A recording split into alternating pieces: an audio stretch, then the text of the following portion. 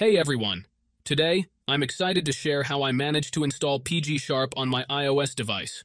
If you're not familiar, PGSharp is a fantastic tool for Pokémon GO, offering features like teleport, joystick, and more. Unfortunately, it's typically only available for Android devices. But don't worry, because in this video, I'll show you how you can get it on your iOS device too. First, let me open up the game to show you that it actually works. It's really easy and straightforward to install. Just keep watching the video and follow along with each step. Alright, if you're ready, let's dive into the tutorial.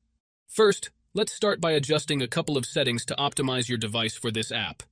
Head into your settings, tap on General, and make sure that Background App Refresh is turned on, either for Wi-Fi or for both Wi-Fi and mobile data.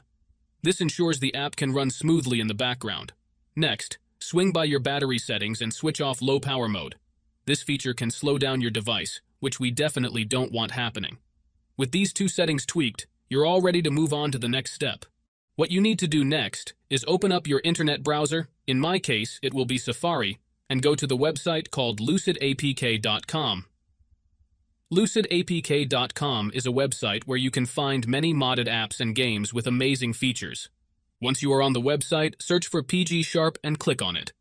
Here you will see some information about the app. To start the download, click on the blue download button and wait some time for the installation to finish. However, there is one more step that you need to complete before you can finish the installation. This step may vary depending on your device model and operating system, and usually involves some pretty simple steps.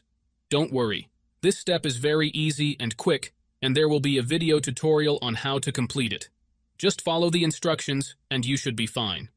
So, that's it guys. If you enjoyed this video, make sure to leave a comment, like, and subscribe.